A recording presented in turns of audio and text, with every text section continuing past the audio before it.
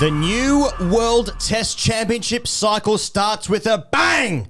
One of the all-time great run chasers in Leeds, a new start and a new top four for Australia in the West Indies, and a dull draw in Angelo Matthews' last test in Gaul. Hundreds for everyone in Leeds, and even more Indian passengers than there were drop catches as India slump to yet another test defeat. England sing Jerusalem into the summer sky as Duckett lights it up in their second highest ever run chase. Stokes was right, everyone was wrong. Vindication, validation, valour and vanquishing of a hapless India side that now appears to be broken without Bumrah. Over to the country that is the West Indies, we learn about Sam Konstas' rig, his Instagram, his online habits, and his relationship with Usman Khawaja. Is this the fresh blood the Australian public craves? Will it be shirts off at 4 a.m. after we figure out which channel it's on? Or is this the beginning of the end of a once truly great side? Are the West Indies good? What is the West Indies and who are they? Alex Malcolm is on the show to tell us everything we need to know and to give us a modicum of safety after having to learn South African names and having to buy new TVs that went out the windows across the country in footy season the last time this team stepped out. This episode is brought to you by SwiftX. Kick off your crypto journey with SwiftX. Join SwiftX and get $20 in Bitcoin for new customers only by using the link in the show notes of this episode. Pezza, how are ya? How are ya? I'm good, thanks, mate. I'm now retrospectively annoyed that we didn't win, and it is the World Test Championship final. Felt like the Australian team and the Australian nation could have taken or left that mace. But now that England has impressively chased 370, that's causing us problems online. And so I'm upset. I'm now upset at that mace not being at Jolimont. Yes. But otherwise, looking forward to going back to England on Monday. Yep. TGC back on UK shores, back in England climes. Yes. We will be there at Edgbaston, bringing you England versus India. We will also be bringing you Australia versus West Indies as well, because apparently we are just content monkeys with pegs on our eyes. I myself have just got over the jet lag. Looking forward to going back in a couple of days' time. Now, isn't it hard for me? Now, here's why this show's coming out now, and here's what's happening in the content schedule later today. So there will be an individual day 5 review of this test match between England and India. Because that's how some people like to consume it. Right. And so we were trying to figure out what was going to happen with this game that's just finished overnight. And also there's a new game for Australia starting in 5 minutes' time. Yeah. So it's not perfect. It's just the way it is. Now, if you are in England and you are in Birmingham or in London or just anywhere with access to those cities, come along and see us live. You know it's going to be a great summer now. You know your boys are going to be okay.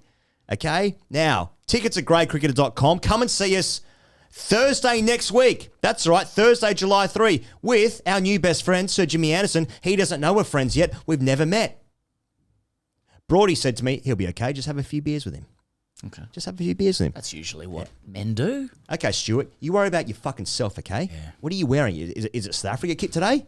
Is that what it is? And I'll be saying that to his face 10 days later. Absolutely. If you want some of that, like some of the optics and the experience of some Aussies shrinking into their seats while England ascends to the top of the cricketing mountain, creating revolutions, that will send waves across the game, rewrite history and records, and you want Aussies to sit there and cop it, then come to the live show. This is an offering for you. Yeah. Sitting there with two of the absolute unequivocal greats of the game, giving it to us deluxe. A couple of greats sitting with two of the biggest all-timers. Will TGC say the stuff to their face that they say in the show? Now, a lot of people duplicitously. A lot of people will say, please record it and then do like a pay-per-view situation. Yeah, We're not going to do that. That's not what the live shows are. Okay? Hey, Jimmy, you know how we want to say some of the funniest shit together privately? What we're going to do is actually commercialise that. Yeah. You'll get none of it and everyone will see what you've said. How do you feel about that? I don't want to do the show anymore. Cheers. The whole model's broken. Which one are you again? Okay, Birmingham next Thursday. That's alarmingly soon for me. Next Thursday we'll be at Town Hall in Birmingham. Check if he's still coming. With Jimmy Anderson. That's right. Now, Sunday night of the Lord's Test match. We'll be there at Eventim Apollo with Stuart Broad. So come along and see us. Tickets at greatcricketer.com, or if you're lazy, just click on the link in the description of the show notes. If you're listening on Spotify or iTunes, or you're watching on YouTube or whatever, there's a link. Click it. Buy tickets. Come along and see us. It's a good night. It's fun. You know, who can say that they do live shows with literally the name on the trophy? Well, there's two. I mean, tailenders. One. Is Batorti coming? Yeah. Anyway, I think it'd be good. Okay. Let's talk about the England-India test, okay? For those catching up that don't consume our daily review content, India batted first, made 471. I know what you're thinking. Geez, that's a lot of runs. They were about 500 short from where they should have finished up. England then made 465. India then made 364, meaning that England needed 371, I think it was, to win. They did that 5 down. India become the first team in history, that's 148 years for those that are counting, to lose a game when they've scored 500s in the game. First team ever to do that. India have now lost, of course, 7 of their last 9 test matches. That's 3 against New Zealand. That's 3 against Australia. That's 1 here. They beat Bangladesh 2-0 before then. Good for them. India dropped 1 million catches. They also had Harry Brook out in the first innings, caught off a no ball. The end of day 2, off a Bumrah no ball. That was on 0. He made 99. Hard to say if that made a difference. Rishabh has scored 100 in each innings, and they've lost the game. Glorious satisfaction to him. He's the first Indian to ever do that against England. 200s in the same game against England. First Indian to ever do that. KL Rahul, Jaiswal, Shubman Gill, they also turned up. They were magnificent. It sounds like they've had a great game. In their own right. And they weren't even close to winning this game. Ollie Pope made 106 in the first innings. Brooke, as I mentioned before, made 99. Ben Duckett was a player of the match, though, Pezza. He made 62 in the first innings and 149 in the run chase. As I mentioned earlier, England's second highest ever run chase. Sanjay Mandraker tweeted before. He said, England won, but India, for me, were just brilliant, considering ... Now, how does a team... How do you finish that sentence? India were brilliant considering... And then it's 3 clap emojis. So, their coach. India at one point were 430 for 3. Mm-hmm. And since that moment, it never really felt like they were winning the game. It's a credit to England, who not only hung in, but just outbatted, outskilled India. They outcaught them, certainly. They hung in. And when there was 370 to win with, I guess, 3.5 sessions to go, it was like, feels like England are going to do this. So, fair fucks. And now everyone's talking about, Duckett. Is he the best 3-format player in the world? Flowers to Duckett, and it's about time, really. Come to that in a second, but, man, it averages 47 opening the batting and striking at 88. He averages more than Alistair Cook, and he strikes faster than Virender Sehwag. And it's kind of like, he's short, yeah. He's little though, isn't he? Yeah, it's diminutive, and it's not taking the shapes that I'm used to, so I'm just not liking it. It looks like Lego. Yeah. Yeah, and we have the reverse problem with Cam Green. He stands next to Crawley in the anthem. So isn't it funny how he stands next to Crawley and the tall guys? Yeah, it's like this guy's one of the best batters in the world. Yeah, and he has been for some time. Yeah, serious Melbourne Stars. serious cricket people who would know, privately, they use him as a I know in the Australian system as a technical prototype around how to open the batting and the way he uses his hands. He's exceptional. And it just scores runs all the time. Yeah. He doesn't care about milestones, so that annoys people. But he gets one today. I open the batting for my country against India, and I make a 4th innings 149 to chase 370, and it's still like Lego. Like that. That's how harsh we are. It's not fair. And I want to keep being harsh. This is why the World Test Championship loss now actually hurts. Because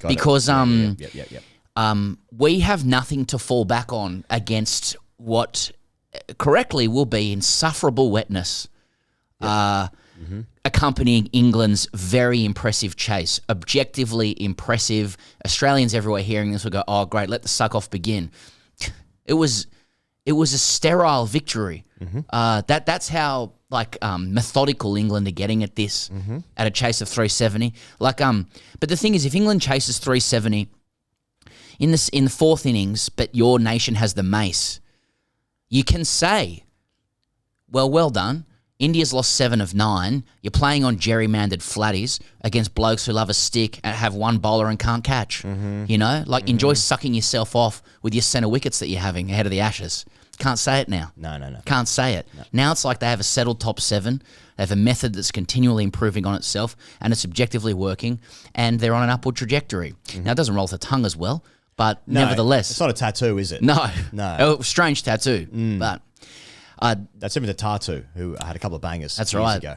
I Stokes... know that Veronica's wrote some songs for They did. Tattoo. They did. Now yeah. that's... Yeah. Make of that what you will. And I will. 1-0 Australia over the Russians.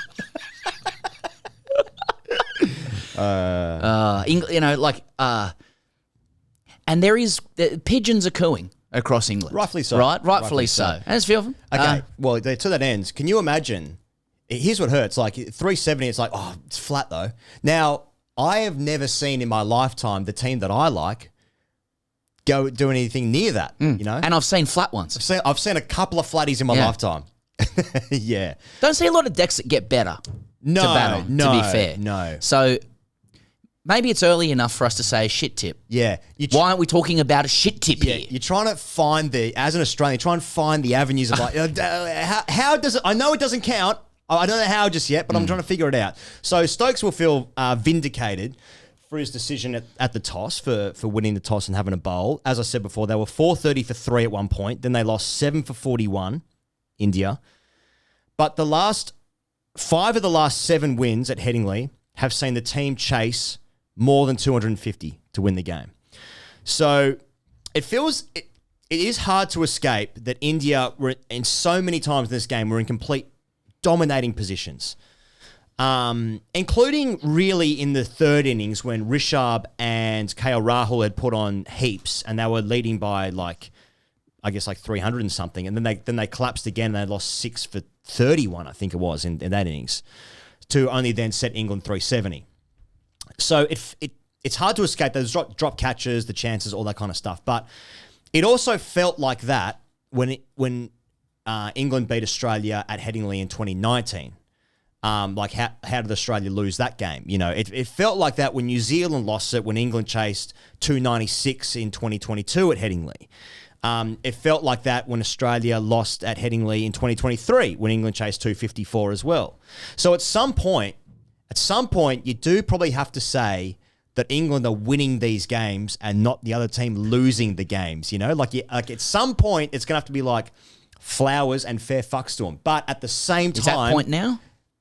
Well, no, I want to test... It's only 1-0. There certainly appears to be some evidence that we should praise them. But at the same time, I do feel like Aaron Paul in Breaking Bad, where he's talking about Heisenberg and he's screaming out, they can't keep getting away with this. You know what I mean? I know, man. But they're winning games and they're playing well.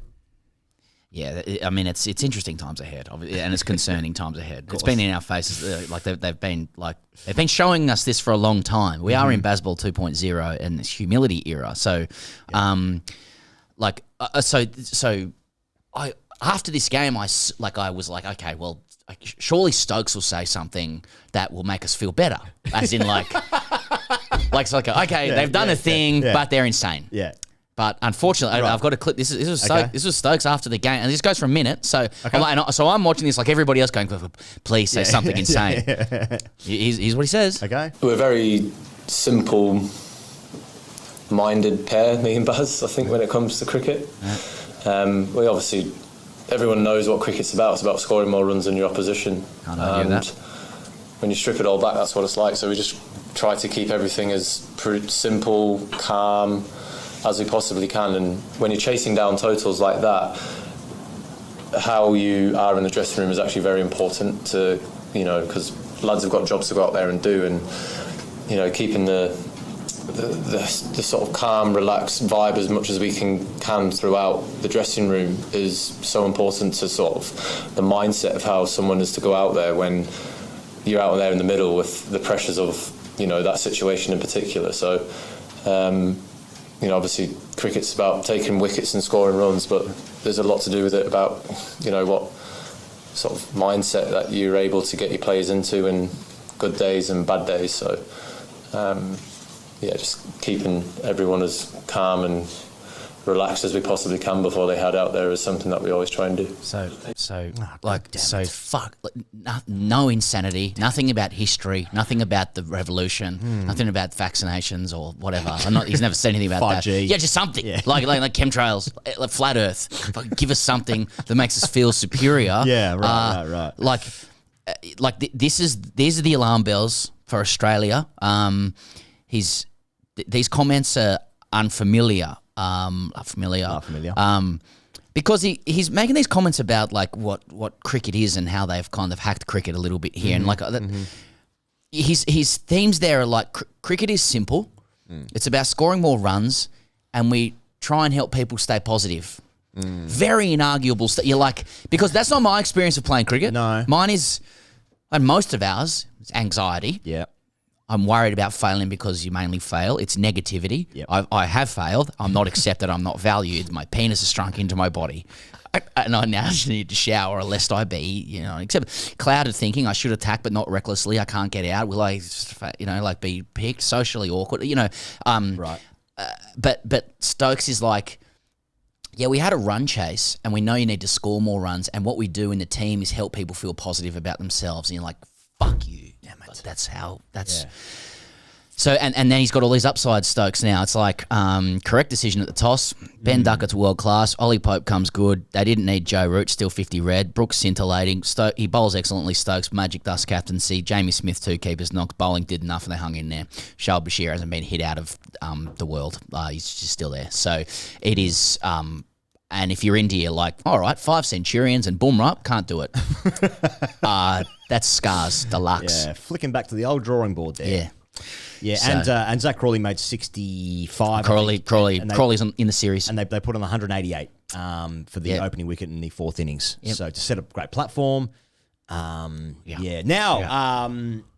Headingley Test, Pezza, for the Ashes 2027. Oh, mistake. Yep. That is so. The venues for the 2027 Ashes. That's made my day. Edgbaston Lords, Trent Bridge, the Aegeus Bowl, and then the Oval. The Aegeus Bowl, first time they'll have hosted an Ashes Test match. So no Headingley. Isn't that the one that Delhi Capitals own now? Yeah, is that Hampshire? Yeah, Hampshire. Yeah, oh, that's interesting. Once again, India winning the Ashes. Well, they've wanted to be in it for a long time. So, look, England have played an incredible game. We'll be doing a broader review, I suppose, a little bit later in the day. If you're listening to this, it'll just be in your feed or in your YouTube algorithm, whatever. So you can find it there if you want to go more in depth. But we figured we'd waited till England woke up, just in terms of timing, because India will be waking up, but they won't be watching it. Yeah. They watched the first day though, so there's that. Yeah, and the third. Yeah. So think about where it goes from here. So Bumrah has been slated to play 3 Test matches in the series. He didn't bowl in the last 20 overs or 17 overs of this innings here. I guess the game is gone. The game had gone to a degree. It's been gone for a while. Sort of. Yeah. Well, there's that. So it is hard to understand, but where India go to next, I suppose. But given that their batters have had one of the all-time great days in Indian Test history away from home, and they've got the best fast bowler that perhaps has ever played the game, who averaged 16 in the first innings. He averages 19 in Test cricket. They've got him playing half the series. It's like, the rest of the attack on what is a flat surface, but it just looked absolute pumped. Well, I did note, on the first or second day in the I think it was the Star Sports coverage. They did ask his wife Sanjana if she could ask Bumrah to actually play all 5. She said, "Yeah, okay, I'll ask him." Yeah, so I don't know what the outcome was it, but I think the question will be asked of him if the Jimmy Jack can hold up. They say that the plan is still to play 3, right? But I just feel like at the end of every game it'll be like, oh, you know what? I'd love to select him for the next one.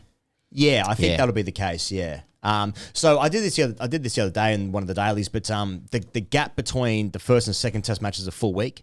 But then the back-to-back Test matches are the second and third Test. So you don't think he'd play the third Test.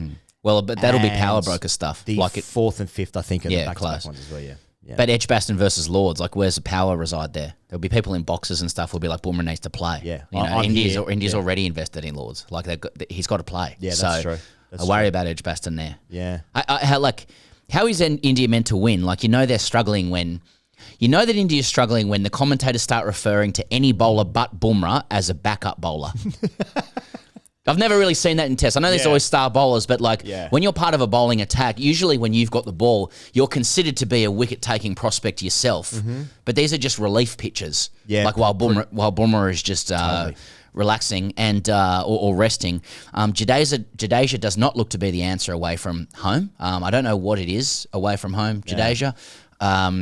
They've got a 20-wicket problem on Bazball flatties. And how do they take 20? Yeah. And what they're probably going to do is replace Shardul Thakur, who is ostensibly able to bowl, with a batter, Nitish Kumar Reddy, because they need the runs as well. Yeah, it's like we need more runs and wickets. Yeah. So they can replace the Shardul thing, but how they get more wickets? I know Siraj and Prashid Krishna, they bowled better on the last day, particularly opening up. But it just if the decks are going to be flat, we said this out of the series, it was Indian guys like to score hundreds, and they have, but if you can't take 20, the Bazball and the pace at which they play, they're going to get you. So Krishna took 5 wickets in the match, but he went at an economy of 6.28, nice. Which is the most expensive in India's Test history. So what do you do? Just do you fuck one of them off and bring in Kuldeep and just hope it spins. You just play 2 quicks and Nitish Kumar Reddy and 2 spinners. I guess. Okay, before I say that, is this game about India, or is it actually about how good England were? Maybe it's not. But maybe it's not one or the other. Maybe it's both. I think that it's. I think the Bazball method is more and more refined. I think having experienced it, watching the Ashes and stuff, you could even see from day one, it's unless India gets so far ahead as to kill the Bazball belief on these flatties, they'll just get you eventually. And I thought India got to a point where they thought they were far enough ahead, and then they just delivered slop. And they'll be sitting there going you can't 400 ahead is not enough. Putting 400 on the board, you're nowhere near. You've got to just get rid of them out. You've got to kill it. Yep. But they kept losing 7 for 40 and 6 for 30 and dropping 18,000 catches. Yeah. And it ends up costing them. Yeah. So, it is a little bit of both. I'm surprised that they must have known that England could do this. Yeah, there's so much evidence now about how England want to play their cricket, right? But I guess until it happens to you, it's still a bit I guess we'll see. 370s usually should do. I guess we'll see. Yeah. It is funny though how quickly, because obviously India had the dynasty, especially at home, where they just didn't lose a series for ages, and then the New Zealand series happens. And then the new coach comes in. He came in before then. And then, they trying to get rid of the sacred cows. And now it's this team without Bumrah just looks like 5th best in the world. Yeah, but is it? There's going to be some awesome stats. So what is it, 7 in the last 9 or whatever? Yeah. They have this freak New Zealand result, but then basically they have the 2 toughest tours you can have. That is Australia true. Rather than England away. Stats are going to look awesome. Yeah, against true. them, and then they'll play every other disadvantaged nation at home, and the stats will start looking good. And it's just nobody's stats going to England or Australia or India away are good. Yeah, apart from New Zealand, strangely. But the best team in the world. Yeah, so maybe they're just okay, and it's just hard to play there. Yep, maybe that's the answer as well. Okay, well, before we get into the the West Indies Australia series, unless you want to talk about anything else, we've got to thank our sponsor SwiftX, which is an Aussie crypto exchange. You can trade over 450 plus different cryptos, including Bitcoin, Ethereum, and XRP. The SwiftX difference, easy to use platform with insights and educational resources to help you start with your investment journey. Now, I spoke yesterday, Pezzo, on the circus about that I was up. I've been up on my demo mode of 10,000 Australian dollars, which I use on demo mode. That's I didn't tip in 10K of my own bunts, which I don't have, and I'm up $147. So I'm coming back. Are you back? No, I'm not. Are you still down? I'm back. You're still down. Okay. Well, you say it's a crypto exchange. This is an information exchange. That's all firstly, it is. And again, just got to say from the off. Okay, this is we're talking about the platform. Do what you want with your money. No comment on that. Just if you if you do want to invest your money in this, the platform's good. Yeah. You can see things. You can see numbers. You can see things. You can see numbers. You can see performance. You can see how you do stuff. You can see how you buy and you sell and you trade. Your ups and downs, your ins, your outs. And you see the performance of the different cryptocurrencies, which I'm well versed on. I'm happy to speak offline. Happy to speak about it. What that is. We don't have time here on the show to talk about it. Just to really immerse myself in this partner SwiftX, which is across all of the rugby league, the AFL, Sydney Sixers, places. Sydney Thunder. Yeah, Thunder. I dove in with a very small amount of money, and I'm not making it. I'm certainly not, but it's not down that much. But the main thing is I can see that. That is what I'm saying. That is what I'm endorsing here. Yeah. I'm endorsing that I can see what it is. Yeah. It's a very, very intuitive, elegant, usable, user-friendly the platform. The UX off the charts. Unbelievable UX. At SwiftX. And so I commend the platform. I commend the platform. There's a link in the show notes, and if you sign up, if you're a new customer, you get $20 in Bitcoin. You can join over 850,000 Aussies who trade with SwiftX. Let's talk about the West Indies and Australia. There's apparently, according to Tom Decent, friend of the show, he's in the West Indies. Nice. That there's 2,000 or so Aussies over there, all part of the same squad. So I guess we'll find out what the 11 is. Mervs guys? Yeah, I'm not sure. So it's been 10 long years, I think, since Australia played a test series over there. Why is that? We just didn't fancy it. Yeah. Just didn't fancy it, I guess. And so it's going to be a vibe, I think. The game starts tonight at midnight. That's on the eastern side of the country in Australia. If you want to know how to watch it, it's on KO. I know it's also on Disney and ESPN. Disney Plus, ESPN via Disney Plus and KO. Yeah. But, and also ABC radio. Radio. And SEN at the ground, I think. ABC ball by ball. Okay. From studio, I believe. So just ways to consume click it. on things. So don't be scared if you're being told you've got to download a new thing and sign up for a new thing. This is stuff you always should have downloaded. Yeah, you should. Oh, yeah. If you don't, you're a fucking idiot. Anyway, so the 11's going to be Khawaja, Konstas, Cameron Green is 3, Josh Inglis is 4, Travis Head 5, Webster 6, Carey, Cummins, Stark, Lyon, Hazelwood.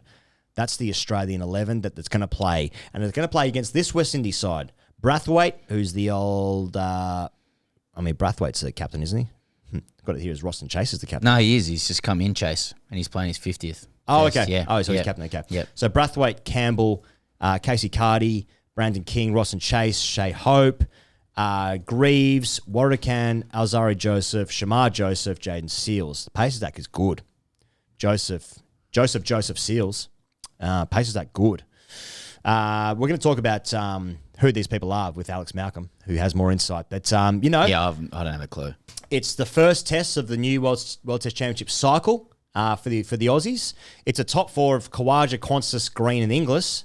That's new. Webster 6. It's still a new look for me, like especially away from home. The earring is going to look fantastic. Yeah, Chucky enjoyed that. In the surf there on the Caribbean. Yeah. It's midnight till 8 a.m. Yeah. East Coast time. East Coast time. Catch first section from the West. Yeah. now, what's happened to your mouth there, mate? I don't know. So it is a tour away from home, and it's going to be fun, I think. Australia should win by an innings every game. Oh, if it, yeah. It is, yeah. We doing that again? So, I think we have a more serious conversation with Alex Malcolm about the team, right? So, coming up. And usually the team's been the team. This is not the team. It's about how the team is not the team and the implications therein. A couple of things I want to point out about the team and the era that I don't think we picked up with Alex. No Marnus, no Smith in this game, no Riddleland brothers, first time. Yes. No Riddleland in the team. Yeah. In how long? Yeah. I'm open to it. Yeah, I'll have a look at it. But it's new. It's a new thing to deal with. Yep. Like you're opening up Disney Plus and no Riddleland for Australia. Yeah. I think that... what is in your mouth, Charlie? Sorry. What is that? He just had his lip balm, I think. Sorry. You know, there are some new shapes that like require passing of the brain. So like no Ritalin in the team. Cummins has a new baggy green. Do you see this? I got this through Colo, Adam Collins. Final word SEN. Okay. Cummins has ditched the like the long held baggy green, fraying at the edges, fading, the brim, you know, starting to come apart, a symbol of longevity and, you know, dust and dirt and sweat and symbolism and Steve Waugh and Gallipoli and, you know, like flags and totally. I think my understanding my understanding is that he sent it in for repairs and didn't like the job. So now he has a brand new baggy green, albeit made by the old makers Albion, right, who stopped in 2017. It's getting a little caveated there, but that's just a fact. I'm reporting, don't shoot the messenger, etc. Now, is the new baggy green on Cummins, like, to what extent is that a symbol? Like, to what extent is that Cummins going like, you know what, new fucking era? That is you coats didn't get the job done with the blade at Lords. I'm getting a new baggy green and I'm creating some new memories, some new dirt, some new sand, some new fucking sweat into this baggy green. The main, sorry, you comment on the baggy green? My feeling just generally is that they, half the team will be fucking livid about what happened at Lords, if not all the team. I mean, I certainly am. Oh, and I mean, when we look back on that with more time, look, South Africa, good team. It's a good team. They fucked that. They fucked it. Is there like, and I'm only gonna say this in hushed tones, but it was very hard to escape the idea, and this is I'm concerned about saying this, and even Florimo, who's here, is starting to whimper. He's whimpering. But I'm sorry I'm saying this, but it was hard to escape the idea that South Africa wanted it more. Wow. That's... Florimo, he's had enough. Come here, Flo. Come here. Yeah. Now, look, I'm not sure if that's the case. I don't know.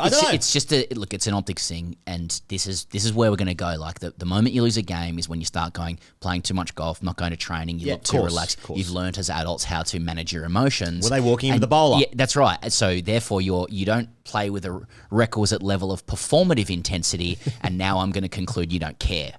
You know, like, so let's just have it right. Right. But I'm just... Okay. Just got Florimo up here because he's concerned about what I've said. Yeah, he's stressed out. But that was the, you know, and now Cummins has got a new baggy green. Yeah. And like, could you not feel like the 6-minute cold plunge level of refreshment of Cricket Australia's digital team following Sam Konstas around in the lead up to this game? Totally. Like, finally they can sink their teeth into just a young rig-laden thing. Totally. You know? Totally. Like, so it's another new shape for the Australian team to contend with on Disney Plus new baggy green. A 19-year-old on a new platform overseas with the beautiful Caribbean beaches. Are you kidding me? You can see Tamar Stockley, follow him, wonderful digital creator, content maker, and chronicler of the Australian men's cricket team. And Chop King. And I've heard that too. He'll appreciate me saying that. I'm sure he will, yeah. But they must be that team must be waking up this morning going, Sammy, where are you going today? Let's go. Where are we going? Yeah, exactly. Like, you know, kid on or off, Sammy? Off, no worries. Let's go. Yeah. You're going to go get a fish burger? Great. You're going to go talk to old mate? No problem. Follow you around. Rum bar is it today, Sammy K? Anything. Now, like, I got a question about that. Look, you know, he has forgotten his shirts. Yeah, on this tour. Didn't pack them. And I'm reserving judgment on that, and like, you know, that's my right. But like, what does he need to? What does Konstas need to average this series with that amount of skin on show? So, like, do the rig shots offset? You know, any early, like, you know, struggles or forays into Test cricket? Like, is it an insurance policy against difficulties early on in your career when you're 19 and holding the hopes of the nation and a completely frayed top order where someone's 19 and someone's 40 and the number 3 can't play anymore? Like, if you see it on Instagram, does the younger generation just say, like, it's young, dumb, full of cum, and I'm here for it. Yeah. And if it averages 25 to 30, I don't care as long as I'm getting rig shots and good social content. I think so. But if I'm at home and I'm more sort of my 45, 50 plus, and I'm watching Peter Overton or Peter Hitchener or Basil Zempoulos present the 6 o'clock news, Yes. and its package into major metropolitan areas is showing Konstas's rig, he's forgotten his shirt. Does like that rig comes with a price tag of an average of 60 plus and no ramps? I think that the backdrop of these beautiful white sanded, turquoise watered beaches will remind the elder generation, the elder statesmen of this nation that have bought all the property. They'll remind them what it was like to be young, dumb, full of cum. And rum over there. And rum. This cricket team has been dying for a guy that's single. Yeah. Too much stability in the team. Look at these beautiful family photos. Parents, mums, dads, Yeah. sisters, kids, animals, all on tour at the same time. Yeah. Where are the controversial likes on Instagram? Yeah. You know? So you're saying, are you right now on the Grade Cricketer podcast? Are you calling for more instability in Australian cricket? Like, Yes, I am. It's time for tumult. It's time for instability. It's time for waking up in the morning to unfamiliar scores. What's he done now? On Crick Info, some controversial likes, some rig shots, Tam of the Chop King. Yeah. It's just it's a new era for yarns in Australian Cummins cricket. has got a new hat. Cummins has got a new bag green. What's Konstas up to? He's trying to tell us something. Are you calling for tumult? I am. I want to see who's commenting on Konstas' Instagram photos. Insta thoughts. That's what I'm looking for. Cameron Green, he promises so much, but he needs to go to jail. And by that, I mean that for so long we've been saying he needs the touch of an older woman, a madam, you know? Someone to teach him about life and love. Cameron Green needs a madam. And maybe Konstas will help Green in that way, because Green has come into a side of maturity, composure, wisdom, too nice. Mahogany, books on shelves, Slippers. blue chip stocks and investments, and now we're going to get Konstas, tattoos, sleeves, Exactly. fish burgers with old mate. Doc Martens, Doc leather Martens. grips. That's what I'm saying. I'm saying that Cameron Green, when he comes to the crease, batting at number 3 now, which Cummins has said he's a new long-term number 3. I'll believe it when I see it. But hey, when I see Green walk to the wicket, I want him to walk to the crease like he's got a fucking python between the old thighs there. You know what I mean? That first ball, I want authoritative forward defence. I want people to say, "Oh, Daddy's here," not "Who's someone's younger brother." I want aggression. Yeah, I think that's a fair call. Like it's time to start developing new narratives. Yeah. It's time for new narratives. I think so. I think so. The old ways are. The old ways aren't working. Now, Inglis is batting 4. I like it. It's arts and crafts, flicks, tricks, tech decks, chewing gum, X Games, Tony Hawk, skating, half pipe, meth pipe, cherry ripe. I want to watch Inglis and be like, oh, he's a worldie. For too long, Why is Inglis our best bat now? we've all been living in like the Y2K's perception of the future, you know? What? I want to be taken into the future with Josh Inglis. Yeah. Reverse sweeps, dancing, fleet of foot, fancy free gear. That's what I want. It's exciting when a wicket falls now for Australia and we get to see a new shape come to the wicket. Yeah. What does that look like against this fierce and pace attack? What are the decks going to do? No one knows. No one cares. But it's a new name. It's a new face next to a new number. Let's have a look at that now. And let's figure out the rest for the future. But I'm ready for change. Yeah, I think that's a very fair call. All we're calling for is a great level of tumult, instability, new stories, new controversies, young men making mistakes, and I also want to have the right to miss every ball of it while I sleep and wake up to everybody scoring hundreds and taking wickets and the game being over early, and I still want the old shots of the Caribbean, and I want to say, gee, they used to be able to play, didn't they? What's Kirtley doing? Wasn't Brian Lara a good player? Is Kirtley still playing? Yeah. Richie Richardson, that's a funny name. Is Junior Murray still playing? No, they all went to basketball. You know, I just want to roll around in archetypes and stereotypes, but I want the news stories. You know, And maybe that's what Bailey's trying to do, to keep his head off a pike. I want 8 hours of dreamless sleep. Yeah. Wake up, look at the scores. Have we dicked them, have we? I thought we would. Mate, if I'm not rolling over, clicking the Crick Info app and seeing Alex Malcolm's commentary just saying red letter day for Josh Inglis, 183 not out, you know. West Indies 3 for spit, and he would never use that language because he's professional. Yeah. Yeah. There's well, I'm not going to say the TV's out the window because I already lost one of them. Now, if we clip up the last sort of 20 minutes and we put that out, the South Africans in our DMs are going to fucking lose it. Well, look, I know everybody got this. You included it. It's been doing the rounds, but this is not the sort of change we're looking for. And this is a headline from Crick Info, which I believe is going to be changed. But the headline is plenty left in the tank. Khawaja eyes more Ashes glory and grooming role for Konstas. Now, that's not the change we're looking for. There are... I'll try anything, but I won't try that. As Meatloaf said on the B-side. Like, it's just also grooming will always give you whiplash. Totally. Right? Yeah. But particularly when the theme of the article is like one guy's 40 and one's 19. You know? He's 38, Khawaja, obviously he's pushing. But then it's when you go eyes more Ashes glory as well. You're not far away from it. Yeah, you know, it's just and there's words that have meaning. There's holes in the setup. Yeah, you're looking for glory. And you're grooming. Yeah, it's just there are holes in the batting order. Yeah, and he eyes it. Yeah. Just saying. But I don't know. Maybe this is all of a piece. You know. A what? Anything else on the Test match which starts in 10 minutes? Alex actually knows what's happening and he knows about West Indies. Our reserve not we talked to him know, for sort of 30, 35 minutes. Yeah, exactly. So enjoy that. But before then, Pezza, 6 points pale. It's back. Go on, Charlie. Hit it, Charlie. Give me 6 points.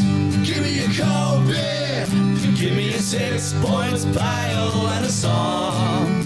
I've never had so many sweaty men while I sing my favourite song. Was me dad there today? Doesn't matter anyway. I've got a 6 points pale. I've got a 6 points pale and a song. That's right, Pezza. Due to popular demand, TGC's own 6 points pale is back. Dylan's written this. It's actually pretty good. Pretty good. I'll add a little qualify there. But you've added actually. That'll do the job. Sorry, Dylan. Dylan, this is very good. Very, very good. Actually, for in you. spite of your normal efforts, pretty good. Let's not talk about Carlton in this moment. Yeah, true. To celebrate the Australian winter and the UK summer, a limited run of 6 points pale is available right now. There's a link in the show notes, and you can click on that link. Now, there's approximately 400 cases are ready for order in Australia. The last run, when we did this, exhausted in around 2 hours. Okay? They are going to go. So while more is available this time, you'll need to get in quick to secure your case. And if you are in the UK, we were trying to set this up for today, but it's not quite ready just yet. But it is coming to the UK very, very soon. Stand by. Stand by. 6 points pale is coming to the UK very, very soon. We'll let you know immediately. Can I just shout out, if you are new to TGC, when we first launched this beer and put that ad out there, a lot of people thought it was a fake ad because it looked too good. Yeah, and also we do fake ads. We used to, yeah. When we were funny. And had time. Anyway, and no, it's real. That ad's real and we made it with Toby Shane. It's a real thing. I just want to shout out to Shano, who's done a lot of voiceovers for TGC and help. And his latest, I don't know if I'm allowed to say this, but his latest gig is he's got a voiceover gig on Media Watch on the ABC. Mm-hmm. And he sends me the lines that he has to say. And it's great, particularly when he's playing the role of a criminal. Anyway, so shout out to Shano. You've heard his voice before. And he is the voice behind 6 points pale. Okay, so if you listen to this right now, limited time, limited run. If you're in the UK, there's going to be some stock available. We're going to post about it on social as well, of course. But in Australia, link in the description below. Link in the description. Where is that? Where's the link? Yeah. Okay, start looking at your feet. Yeah. You fucking idiot. Yeah, get around it. All right, let's talk to Alex Malcolm. Here's Alex. Well, it's been a little while, but we need to hear the voice. It's a voice of safety. John Farnham's in. Yeah. It's a voice of safety to a lot of listeners and viewers, particularly in Australia. We are recording about 18 hours out from the first ball of West Indies Australia. It's Alex Malcolm from Cricinfo. Firstly, Alex, how are you? Going well, guys. How are you? How was your trip to the UK? Oh, feels good. Yeah, good, thanks. All right, Alex, we've lost, and it is the World Test Championship final. We can't score a run. Our top board is shaky. There's a 19-year-old and a 40-year-old, and the guy who bats number 3 is not on the team anymore. Is there a crisis in Australian cricket now? Should we crack open heads and feast on the goo inside? Where is Australian cricket right now on the eve of this test? I wrote part of the preview for this test tonight, and you go through the recent form line. Australia's won 4 of their last 5 test matches. Yeah. So you're alleging they can still play cricket? Yeah, well, they're going better than India, that's for sure. Look, we talked about this after the Perth loss, I think, when I was in, and the cracks are there. They've just been able to paper over them at various times throughout the summer against India, playing a different style of 11. They've been very good in the subcontinent with 3 spinners and Khawaja and Head getting off to great starts, and then Smith found his eyes again during that series in Sri Lanka. Kerry was excellent. So, yeah, just some of the cracks that Bumrah was able to expose were hidden for the moment, and then Rabada's obviously peeled them back open. So, yeah, it's going to be interesting to see how they go in this series. Dropping Marnus is a significant shift, and picking the young 19-year-old is a big move. And then, I mean, I don't know what you guys think, but I don't think I ever imagined I'd see a test top 4 of Konstas, Khawaja, Green and Inglis playing for Australia. That's a pretty inexperienced first 4 if you take Khawaja out. So, and he's not in the greatest of form, to be honest. So, yeah, it's going to be a big test for them. West Indies will throw everything at them. The pitchers, though, should be pretty good for batting. So it's a good opportunity for guys to find their feet again and get back in some rhythm and find some runs. And where is the West Indies? What a country they are. Yeah, what's the anthem they sing? So we're going to do this again. And what it is one of the great anthems, to be fair. Even though, do we need to learn some of the players' names, as we did with South Africa? No. Cummins has said that he backs Green as a long-term number 3. Yeah, that's interesting. That's surprised me, and that matters a lot to everyone. Yeah. But he's still very angry at Marnus. Then I take it. Yeah.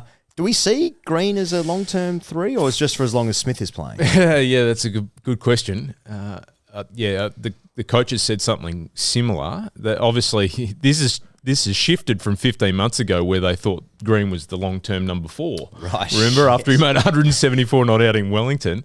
Yeah.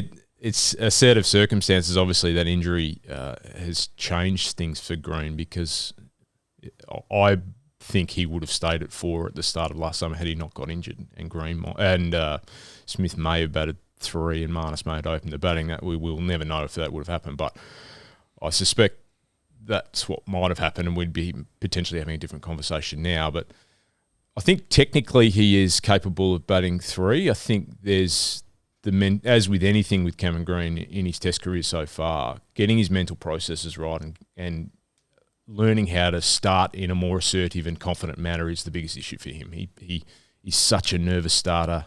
He hasn't got any reps in first-class cricket batting at 3. He has done it at club level, but they're 2 entirely different scenarios. Like, at club level, you play red ball cricket, every Saturday's the same, basically. In first-class cricket, unless you bat first, batting at 3, it's a very short turnaround in every innings from fielding for a particular amount of time. In the future, he's going to be doing some bowling. You come off, you've got 10 minutes plus however long the openers bat forward to turn around and get your head around batting and featuring the most important spot in the order, basically. I mean, 3 traditionally for us growing up was your best player. It's not so much the case now, certainly in the last 5 years. I think New Zealand's probably the only team that's their best player at 3. Everyone else slides them down one spot. he has the game, the all-round capability to do it, but it's a big challenge for him. He's going to have to wrap his head around how he does it mentally, what mental process he goes through to find his rhythm and the way that he wants to bat at 3 and how he wants to assert himself in that position. It's a huge challenge for him. Can I just stay on Green here because it's how old? He's 26, just turned 26. Yeah, okay. So we've said this recently. There's lots of guys that are 26 who are already doing the things that we thought Green was going to be doing, right? But it's like his stop-start career. It's so hard to figure out because, he was at 6 and then he scores 100 in Ahmedabad, I think, batting at 6. And then it's then Mitch Marsh comes in for him when he's injured. Then Mitch Marsh becomes the best player in Australian cricket. Yeah. And then Steve Smith then opens, so then Green goes to 4. Then he scores this amazing 174 red, I think, in New Zealand. And he's like, okay, we've got the spot. And then he gets injured. And then Bo Webster comes in the side and bats at 6. And then Bo Webster's the best player of the team. And so it's and Green, I think Green was mooted to open when Smith was going to open as well. We can't seem to get a spot for Green yet. He seems so important as a connection between what has been a really, really good side, if not a great side, and the future. But we can't get him a run of games in a spot where he can actually excel. But at some point at 26, he's just going to have to play the games and do good things no matter where he plays, right? That's 100% right. The challenge for him is unequivocally he's in the best 6 batters in Australia. His domestic record in first-class cricket is head and shoulders above everybody else. He's got 15 first-class hundreds, averages 49, but he averages 60-plus at 4 and 5. So his preferred spots are 4 and 5, and they're occupied by Australia's 2 best players. So they have to find him a spot that is not one of those 2 positions now. And so now they've settled on 3. They've found a number 6 who can bowl the overs that he can't at the moment, so he can't go back to that slot. So that's the issue for him. He's just going to have to find his feet and move around the order. I mean, Jacques Ellis started his career as a number 3 and did really well in Test cricket before he really elevated his game to godlike levels when he moved back to 4. But Green at 29 Test matches, his record with the bat and the ball is very similar to what Ben Stokes was at the same marker, similar age bracket, averaging, I think Stokes averaged 35 and 34 with the ball. Green's 34 now and 35 with the ball. So that's probably his career trajectory. And Stokes didn't bat at 3 much. I think he's done it only a handful of times in Test match cricket. His record's much better down the order. But then again, he's never averaged more than 40 in any position in Test match cricket. So, it's a big challenge for him. It's nice to hear the captain back him. I know that's frustrating for a lot of people who think Green's probably overrated as a player. But the team and the selectors know he is head and shoulders the next best player in that age bracket. He's pivotal, as you mentioned, for the next phase of Australian cricket. So they have to invest in him. But you're right, the time is now. He needs to bed down a spot and play well. Shubman Gill's just done it. He's got a similar Test record. Similar age bracket. Ollie Pope's gone and got 100 at a key time with a similar Test record. So there's a lot of guys around averaging 35 in this era of batting, but he needs to take it up a notch. I would add to that. A lot of people have made that comparison between Stokes' numbers and Cameron Green's numbers. One difference is that the people of England are a lot more accepting of an all-rounder with those numbers than Australians are, right? And so the question of Cameron Green is so pertinent to the phase of Australian cricket that we're in now, and I want to ask you about it. So I think up until the World Test Championship final, the trajectory of the Australian team was very, very understandable. It is a mature, composed group of guys who are looking to win every single game to cement a legacy. They'd earned the right to do it. The team was in is it still? I'm not sure. In what in AFL terms you'd call a premiership window. They'd built themselves to a place of optimal actualization. They don't really let many people in. You're just in the group or you're not. They've lost the World Test Championship final with an old team. What phase is Australian cricket in now? Some of them are still in their window. It is the time to get people in, probably.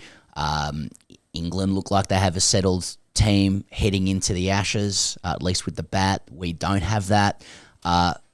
do you get a sense from from inside the group that about what approach or what phase the team is in now? Is it more of the same, or are we trying to do a mini rebuild before the Ashes? Yeah, I think it's a mini rebuild / the start of the transition. If you look beyond the Ashes, that 26-27 period is the schedule is incredible. They've got 3 tests away in South Africa, 4 at home against New Zealand, 5 away in India. The whatever you call it, the sesquicentennial test against England. Yeah, then, sesquicentenary. Yeah, that's right. Yeah. And then a WTC final if they're good enough in 2027 into a 5-match away Ashes series. So that is a monstrous period that's coming. So hang on to the same guys as well. Yeah. That's the thing. Because I wanted to hang on to the 2000 team forever as well. That's right. I still kind of do.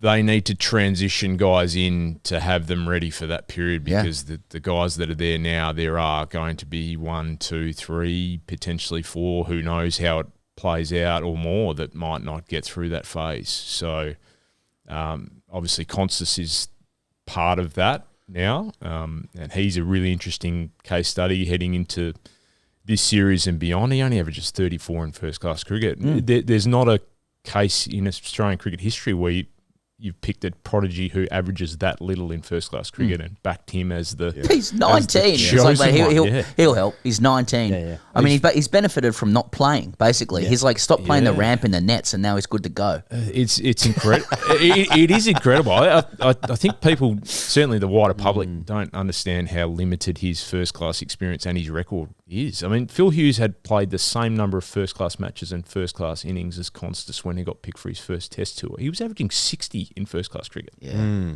And had 5 first-class hundreds. Konstas is averaging 34. I mean, Green, for context, was averaging 55 in first-class cricket when he was picked at 20. And people said, he's a project player. He was actually a ready-made player at that point. So, I mean, they're Do you betting. think they should be investing, though? Like, do you think it's like, well, you're going to have to, like, take some risks with players? Like, otherwise, there's the fall-off of Australian cricket will need to be studied, if you hang on to if you hang on to all these guys. It's a difficult one. I guess the argument is what's around in Australian domestic cricket. Yeah. That's the thing. There's 3 guys in Harris, Bancroft, Wrench who have quite a bit of Test experience but haven't quite come on. There's Curtis Patterson, Nick Maddinson. There's even Hilton Cartwright's had a couple of really good years for Western Australia, but he's not a name that people have been talking about at all. What about Weatherald? Had a massive season for Tasmania, 30 years of age. Left-hander. His best is as good as anyone in terms of ball striking and ability to put pressure on the opposition, but he's had some ups and downs, moved states, has struggled through some things, and overall only averages 37 in first-class cricket. Campbell Kellaway? Excellent young player. Again, he's got a similar record to Konstas. He's only averaging 32 in first-class cricket, but his back end of the season was really, really good. I think there's a lot of excitement about what he can do. He's playing for Australia A, same as Weatherald, next month up north against Sri Lanka A, so they're all in the mix. But McSweeney be nice. he's there again, but again, someone with a sort of middling first-class record, got batted out of position as an opener.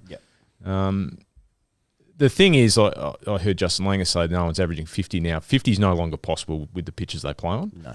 40. He's still right, though. He's right. I mean, because we can look back and go, you average 50. Weatherall made 900 at 50 batting in Hobart, opening the batting. That's an incredible year. That's in old money terms, that's 1,300 runs at 65. But Adjusting for inflation. Adjusting for inflation, 100%. Double lacquer on the ball. That's right. Hobart.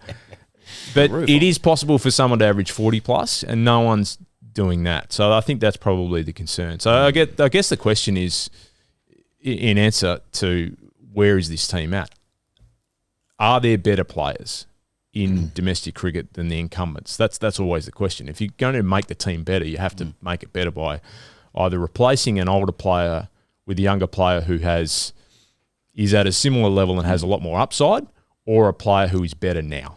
And they clearly think that there are players that are better than Labuschagne right now, although they haven't tipped him out forever. They've been on record saying that him at his best is a pivotal part of their future. They're just looking for a circuit break with him, I think. And then clearly with Khawaja at 38, they don't think there's a better player at the moment, and they think he's the right fit to bat with Konstas, who they're just investing in, and they see his upside is better than all the other guys who have slightly better records, but not hugely better records. I do feel like, because like Usman went back to Shield cricket last year and got 100 against Tassie, I think. Yeah, he did. I think there's a lot of like, if the current team went back to Shield cricket, you would see how much better they are than what is available, I think. But it's interesting with Marnus, isn't it? Because like they were so desperate to get him back into form because, again, talking about connection into like the next phase, into the future, he is 31, 30? 31? Just turned 31. Just turned 31, right, okay. So, he should be, inverted commas, at his peak batting years, or in old money, sort of between 29 and 32 was like your peak years, right? So, like, how does it get back in? I mean, I suppose like the answer is just going to be bulk Shield runs, right? But now that they play in September and then they play in February and it's really difficult to like. I mean, I guess if he can just string some scores together and someone else falls over, but it's almost kind of hard to envisage how he gets back in for the Ashes, I suppose. Would you agree with that, or would you think, no, you just score a couple of hundreds and be fine? I think if you went out and peeled off 200s in 4 games for Queensland, they want him in so badly. This current formation didn't quite work in the West Indies, that it'd be very clear that he'd come straight back in. I still think at his best, he's Australia's best Test match number 3. I don't think there's any doubt on that. He's obviously got to work through some technical stuff plus some rhythm and game style issues that he's battling. He just hasn't been able to score, and he's missing out on scoring opportunities. He's getting out to scoring opportunities. He nicked a half volley from Marco Jansen in the WTC final, having just bunkered down, focusing so hard on defence. I had an interesting conversation with a senior batting coach who's not in the system, who works on the outside of it, but it works with some really good players. And yeah, there's a debate whether Labuschagne needs to come out of the team environment, have a reset somewhere else, or whether they want to keep him in the team environment and work with him. They've obviously made a decision here that they want him there on the tour, even though he could potentially play as a concussion sub this game. But if Smith's back and fit, he would need 2 injuries to get back in this particular series. Nice. But they obviously want him there to be working with Michael Di Venuto on very specific things. They don't need him to go and play against Sri Lanka A. They haven't sent him there. They don't need him to go away and not play for a while. He's going to be hitting a lot of balls. That's just what he does. Yeah. And so you don't recommend like Mark Taylor style, like, mate, just get the golf clubs out. They'd been playing enough golf as it is, I think. No, they clearly want to work on something technical. What that is, I mean, you can only speculate. He obviously has been getting opened up a lot, so they'd be working a bit on that. I wonder whether there's. It was really interesting listening to Stuart Broad on commentary during the WTC final, talking about how predictable Labuschagne had become to bowl to. And I listened to a really fascinating podcast on another sport just recently. Darren Cahill, who is one of the world's best tennis coaches, an Australian who's coaching Yannick Sinner at the moment, the world #1 tennis player. He was on Andy Roddick's podcast, Serve, and I'd recommend anyone who's interested in coaching and high performance and high-level sport, who has a passing interest in tennis, to listen to it. So when he first came on board with Sinner, he was a just back-end top 10 player. And Sinner was 2 sets up against Novak Djokovic in a Grand Slam match at the Australian Open, I think. Had it under control, and then Novak found his groove, rolled him in the final 3 sets to win in 5. Cahill went to Novak and said, without giving away anything you don't want to give away, can you tell me what you think of Sinner? And Novak laid it all out there. He just said, I got used to his ball. Like, he's too predictable, it was too flat. There was no changes on it, no nothing. And so they went away. He reworked how he hit his backhand, so it had more spin on it. Reworked his service motion. Reworked all sorts of things in the run to become the world #1 player that he is now. Does Labuschagne need to go and speak to, or have a different view of how he can change, instead of trying to just find the best version of himself? Does he need to think about how he can become a better player so he's less predictable, so he can actually put pressure back on bowlers like he used to? It seems like in world cricket now, and we've just watched this test match at Headingley, where as a batter, you have to be able to put pressure back on bowlers. You have to be able to score from the top of the stumps. You have to be able to force bowlers to have a smaller margin for error. He can't do what Head does and hit a ball from the top of off stump through cover point.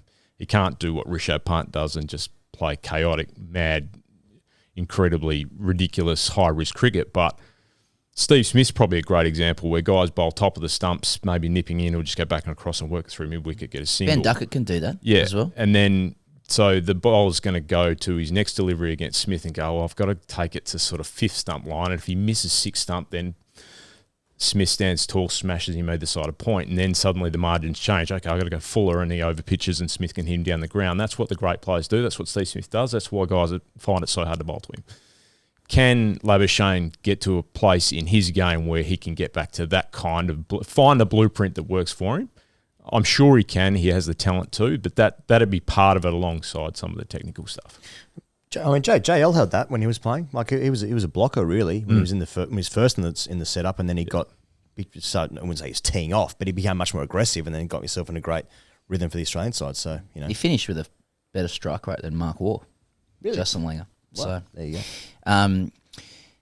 You mentioned a couple of England guys there. Like one of the reasons the blowtorch is on the Australian top order now, and it is a blowtorch, and they're under the pump and under the cosh. Is in contrast the England batting team now as a top seven looks very settled, and they've just strummed 370 off their cocks in the fourth innings, flat decks or not. Any time in history, that is a great chase. Without taking anything away from England,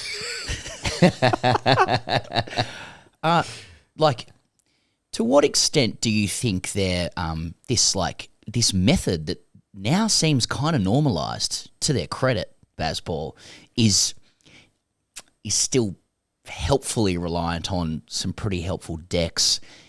Do you think Australia's penchant for juicing up their decks in the last couple of years for the cartel will make the Bazball style harder? In other words, would you like to see them do it against our decks? Yeah, although the guy who's been the best on Australian wickets over the last 3 summers has been Travis Head, and he plays that style, right? He's counter-attacking number 5 who comes out, and no matter what the surface is doing, he's putting pressure back on the bowl. He must be infuriating to bowl to. Guys that bowl good length deliveries that, fourth stump line, and they get hammered through cover point, and then one might deck a mile off one of these juicy surfaces, and Head misses it by 1.5 foot like that. That's just the way he goes about it, and it works. It has worked time and again. It worked against Bumrah last summer. It worked against England in the Ashes in 2021-22 on pretty similar surfaces. He did it against South Africa on that ridiculous minefield in Brisbane a few years ago. So that could work for them, whether that they'll no doubt trial it and see how it goes. It's slightly different in terms of the bounce is the issue coming out here, and that's probably been an issue for someone like Joe Root on his numerous tries out here. Root's an exceptional player, but I mean, I was always told, particularly growing up in Western Australia, playing vertically off the back foot is a very dangerous pastime. In WA, playing at the Wacker or at the Gabba, and that's one of Root's go-to shots, and he's nicked off a lot doing that, and a lot of the England guys like to play that way, so it'd be interesting to see whether that works. But, I mean, if Australia was playing England right now in a series in England, England would be well and truly favourites, I would have thought, given they play their surfaces and that style of cricket much better than Australia do. But, I mean, the Ashes are a long way off. There's a lot of cricket to happen between now and then. A lot of things could change between now and then. And a lot of things to say between now exactly, and then as well. And they will be said many times over. But flipped, and different perspectives will be offered. England, quite rightly, after what they did last night and what they did coming back from India, were 430 for 3 on day 2 or something, and lost the game. So they would be pretty confident heading to Australia later this summer if they can beat India 3-4-5-0, which they may do. Yeah. Just thinking about the West Indies, Shamar Joseph was probably one of the most recognisable names in the current 11 that'll play tonight. But I think we even asked the Aussies at the time afterwards, like, because what he did at the Gabba was just incredible. I mean, it's one of the greatest spells in recent years, including Boomerang stuff last summer. But it was just amazing what he did at the Gabba. And he was bowling wheels that day. And then like 6 months, less than that. It was like 4 months later, he was bowling in England and he was bowling like 130 clicks. And it's like, I know he's fired up. He's going to push off the back fence. But I guess what I'm asking is, Australia are heavy favourites in this game, in this series. And I'm a bit like, why? Like, is it the batting? Is it the batting for the Windies, which is unders? The batting's unders. Very much so. Okay. Yeah, I actually went through their record with the bat over the last 2 years or something. Their best players were averaging 25 in that period. Okay. And Australia's dropped a bloke who was averaging 25 in that period. And they've completely rebuilt their entire top order. So they've actually picked guys based off their ODI team. They're taking Darren Sammy and the selectors in the West Indies are taking sort of a blueprint of, what England have done and what other teams have done. They've picked a very aggressive team around Brathwaite, who's still there, but they brought back John Campbell, a left-hander, and then they've picked Casey Carty, who wasn't previously in the test setup. He looks good. Yeah, and he's been in white-hot form in 50-over cricket. Shea Hope, a really good 50-over player, comes back into the mix.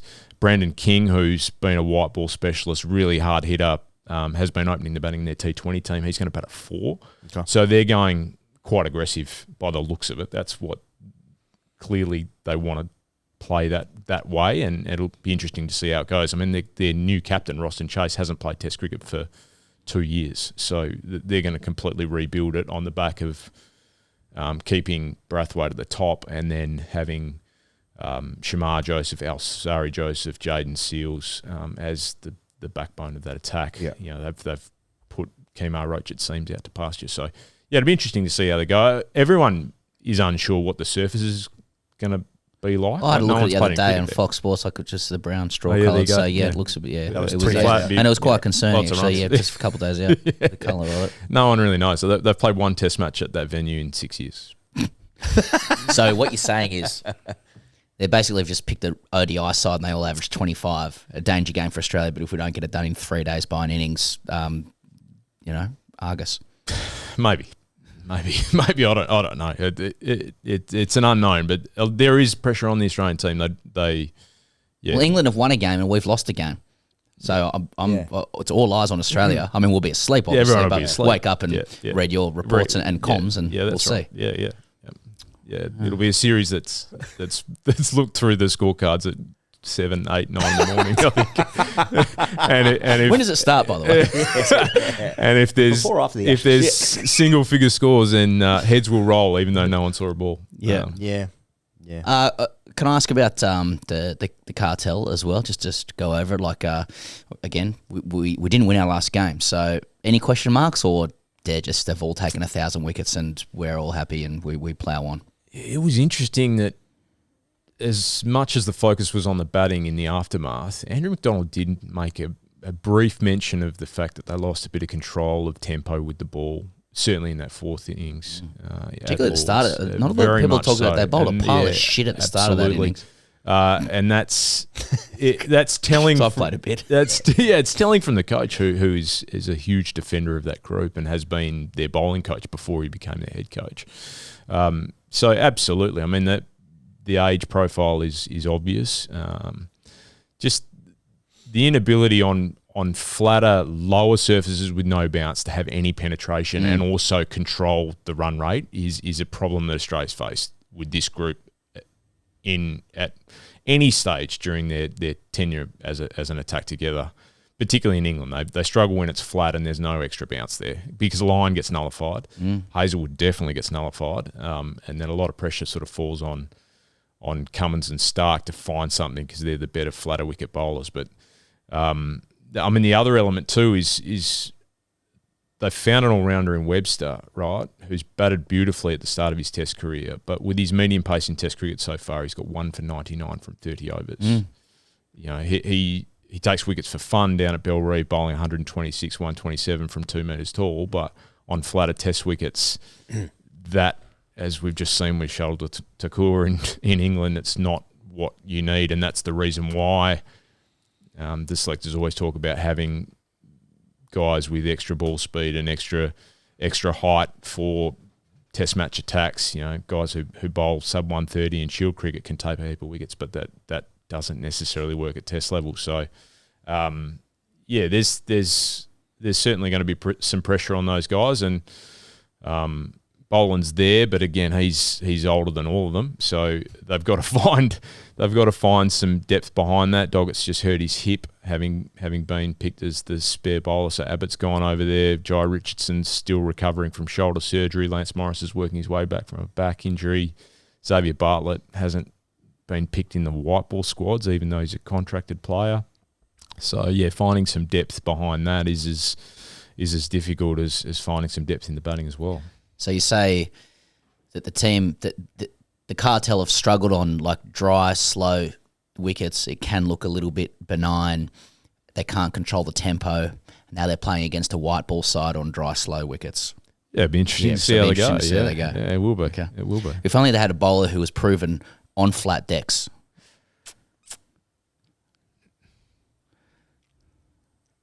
Wouldn't have mind Scott Boland in the WTC.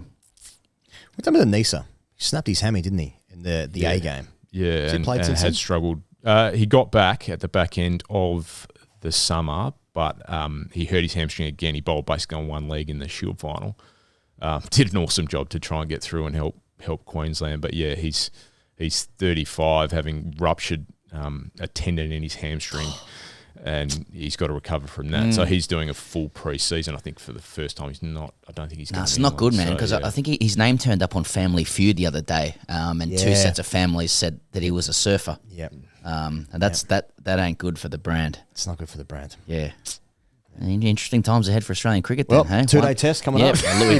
We lost the World Test Championship final, and we have a big watch on this team. I think they'll be well placed. It's going to be interesting to see how they go. But the interesting part is that the selectors have already said basically that the form that anyone shows here might not necessarily be relevant for the Ashes, just because conditions are going to be so different. So we've got a lot of talking to do. One of the biggest bat-offs of all time coming up. Yeah. Here's what I predict.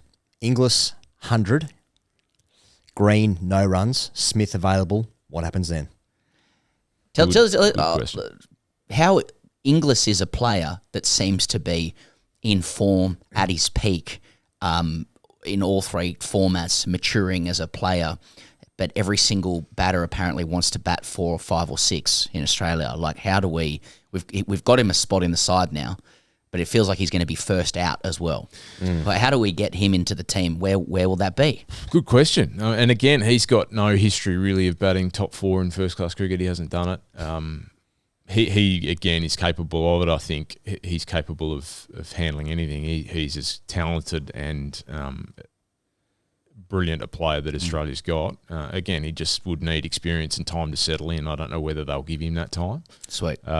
It's Sounds good, mate. Yeah. It's 100 or fuck off. Yeah, But yeah. everybody else will hang on to you. Really, yeah. That's a challenge, as you say. Oversupply of guys who are probably either borderline or world class from 4 to 6, but then an undersupply of guys who are really good test players at 1 to 3. But Australia's not the only team with that problem. So No. yeah, it's a challenge. Some guys will emerge, I'm sure. They always do. Well, we won't lose a session. Yeah. In the And, series. and if we do, again, hell to pay. Head down to Bunnings, get some pikes. Yep.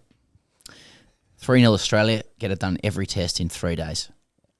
What a thought. That'd help my sleeping patterns. Yeah. Well, you can catch Alex Malcolm's comms on Crick Info. We'll discuss the headline that came out yesterday separately to you. We won't involve you in that, Alex. But don't worry, we've already discussed that at the top of the show. But Series live and exclusive on ESPN Australia too. There we go. No, look, all right, fair fucks to Alex and flowers to him. But you must read his content, and Nasha, Andrew McGlashan, Crick Info. We're very grateful for your time here, Alex Malcolm, and for providing us the feeling inside the group. My pleasure, guys. Thank you very much to Thanks, Alex. Alex Malcolm. Pezzo, this show is brought to you by NordVPN. you can get 4 extra months free on 2-year plans, or you can save on 1-year subscriptions using the link in the description. That's nordvpn.com/TGC. Here's what you need a VPN for. Like how we'll need a VPN probably to watch the West Indies Australia test matches when we're in the UK next week. We'll be living inside VPNs over in the UK. Yes, we will. That deal you just offered there again. So once again, people are making money. They're making money again. 4 months. Yep, 4 extra months free on 2-year plans, or you can save on 1-year subscriptions using the link nordvpn.com/TGC. If you need a VPN and you've just bought one off your own bat, why are you doing that for? Yeah. We're trying to give you money here on the show once again. Let us give you money. Now, that's not actual money. Do you hate money? Yeah, do you hate it? What's going on at home? I do sometimes. Everything okay at home? Yeah. You can grab your exclusive NordVPN deal by going to the custom URL in the show notes. That's right. Thanks to NordVPN for getting behind TGC once again. Nice. The only podcast that NordVPN does get behind. Sri Lanka against Bangladesh. It's a 2-test series, and it's Angelo Matthews' last test match. The second one starts in 5 minutes. Actually, I think it starts in about half an hour as we're recording this. But the first test was in Gaul. It was a draw. Angelo Matthews has now finished his career. 119 test matches, 8,214 runs with a top score of 200 red. He averaged 44 with the bat. 1600s. What Kohli average? That's a great question. 46. Was it 46? Yeah. Wow. And Angelo Matthews never got to face against, he never got to play against Sri Lanka. He never Lanka. got to play against Sri Lanka, and he took 200 international wickets. Where is his standalone pod? I know we've said it before, but... Yeah. So in the game itself, Bangladesh captain Shanto batting at 4 scored 100 in each innings. In the first innings, Mushfiqur Rahim also made 163, batting at 5 for Bangladesh in their total of 495. So Shanto made 148 as well. Sri Lanka made 485 thanks to 187 from Patham Nissanka opening the batting. So that was a lead of 10. So Bangladesh started the third innings lead with a lead of 10. Batted for 87 overs. Shanto made another 100. That time 125 red. He set Sri Lanka 296 to win off about 30 overs. Sri Lanka lost 4 wickets, as is their right. They were 72 for 4 before the game was done. As a draw, Angelo Matthews was one of those dismissed in the last innings. And now the second test, as I said, starts in a moment's time in Colombo. So that's what's happening with that. In case, people are like, oh, what about the first test match of the World Test Championship cycle? Bangladesh, Sri Lanka. Shanto twin tons, so it actually happens quite regularly. It's actually not a big deal these days. Yeah. No, the wickets are flat, the bats are big, boundaries are small. Nice. It's not that big a deal. We'll keep an eye on that one. Ask TGC before we close the show. As ever, very helpful from our friends on Patreon. And if you want more TGC, if you want some behind-the-scenes stuff, from heading back over to the UK, what's happening behind the microphone, you can go to patreon.com/greatcricketer. Now, I would say when there's a test match going, the live chat is absolutely flying. Yep. And as it was last night when England were chasing down 371, it was flying from our English pay pigs. Now, when Australia start at midnight, I suppose it's going to pick up in the final session, sort of in your 6 a.m. till 8 a.m. People might get up for that. Yeah, who knows? Like, what's the sleep routine? We do get good analytics these days, but we don't get the sleep routines of our. No, we don't. Of our pay pigs. No, we don't get the sleep scores of the pay pigs. Your mic on, Charlie? Can be, surely. Yep. There we go. Don't rush or anything. Yeah, people want to hear from you. Oh, that's all right. I'll fill for you. You'd be closer to the... And welcome back from WA, Charlie, from your leave. Thank you. Yep. You'd be closer to the demographic of a pay pig, TGC, and you did spend a lot of time on it while you were on leave, interestingly. Mm-hmm. Tonight, for example, when you make a choice about how much West Indies Australia you watch, will you front end it? Would you be like a midnight to a 2 or 3 a.m. or would you decide to go to bed early and set your alarm early, wake up at a 5 or something and catch 3 hours? I'm probably taking the second option. Really? Yeah. You're more of an early guy. Think so. You're more of a morning guy? In recent times, yeah. Yeah. Because I know you started drinking in the morning, didn't you? Yeah, that's right. Yeah. Yes. I thought you would have been up late, playing Farm Simulator or Farmville or whatever you call it. Or masturbating. Or masturbating. Or one of those cartoon ones. Masturbating over this rich new set of crops. Or playing one of those medieval ones, like my sword, my lord. Here's your sword, my lord. Yes.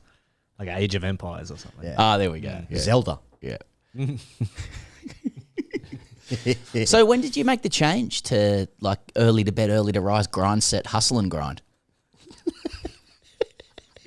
I know you do like your grind sets. Do you grind in your sleep? Is it a problem? Yeah, I think. And grind your teeth. Yeah, you grind your teeth, yeah. Yeah. I guess it's pretty recent. Because you used to be quite quite late, didn't you? Wasn't that sort of or am I just stereotyping you again? I guess I did, but I also don't know how you would know that. Maybe I just made presumptions. Although you might have shared that at some stage. But anyway, Maybe. Yeah. It is really funny sitting here watching you have a conversation with us whilst also camera switching. Yes. I'm balancing a lot here. Yeah. Sharing in one hand. You've got a And I was halfway through this episode, Charlie left a seat to pick up a Sharon just so he could fondle it. Well, it is like it do be like that if you're listening overseas or anywhere around Australia that doesn't play. AFL Aussie rules. It's 25th of June. It's like it's grey. It's cold. It's overcast. Cold as fuck It's today. fucking 7 degrees. Yeah. Celsius. It's spitting rain. Yeah. And it's just one of those Melbourne days, and it just feels like we shouldn't be talking about cricket. You should just be fondling a Sharon the way that Charlie is. So obviously, Feel like today's these kind of days where we often sit here and we say, "Get me to Birmingham." my kingdom, Yeah, take me there. Yeah, take me back. The Caribbean, not for me. Yeah, AskTGC. Now, don't chop the dinosaur, Daddy. Said, should Marnus go back to twos to get some runs? Yeah. James Bracewell suggested it. Yeah. Maybe just go back to twos or even third grade. Well, we discussed this with Alex, right? We did discuss it with Alex. It is funny, like I haven't noticed the knives being sharpened from the the likely sources around this Australian side. I don't know if they're still waiting, or maybe Cummins' team did enough to like stop these guys from piling in. Maybe. But a lot of people do seem to be expert in you don't really want to speak up when this happens, but a lot of people do seem to speak up when someone's out of form and how you fix it. Yeah. There's a lot of people who are really good in public at like explaining how you fix form, and it tends to be like get away from the game. A lot of us just got away from the game when we're out of form and never came back. That's the risk with that. But it's get the golf clubs out. He just needs a break from it. Yeah. Yeah. Like back to twos. Like does Marnus need to go to Redlands? What's Redlands going to do? Mate, can you imagine being so good at anything where time away from it would actually benefit you long term? Like I've never been that good at anything. Like being away from riding a bike did not make me a better bike rider. When you got back on, you're like, it's a couple of technical Training wheels. Back to square one for me. That's right, the old pedal speed. Yeah. 10-pin bowling, Yeah. I still need the assistance ramp thing. Yeah. Yeah. I feel like right now with Marnus, if he went and played threes at Redlands, he'd get out. Well, That's a bit harsh. depends what the decks are like, I suppose. Same person also said, is it pronounced tong or tongue? Yeah. Or is tong just how posh blokes say tongue? Yeah, 'cause it's been Because it was Tong, and now people seem to be shifting. Like a couple of people are. Mark Butcher was saying tongue. So I'm going to go with Butch. He's one of the goats. But Arthur says Tong, so it leaves me thinking it's a Northern English thing, yeah. matter. But does Michael Atherton say does he say Tong when he's referring to the the mouth? Yeah, maybe, I don't know. Joel, Tip of the Tong. Beta. Joel Sack said, is the West Indies a country? I guess we'll find out. Am I reading that next one? Yeah. Robert Wadlow said, what are Damien Martin's views on the conflict in the Middle East? That's a really Let's good hope he question. publishes. Guess we'll find out. Jay Shah's World Test Championship highlights says, don't want to sound like a nonce, but the other day I realised I've been enjoying watching the recent test matches. Took myself to stand in the corner as punishment. Thoughts? Have had some good tests, the last, maybe not so much Angelo Matthews' last test, which we all watched, of course, but, the World Test Championship final was a great test match.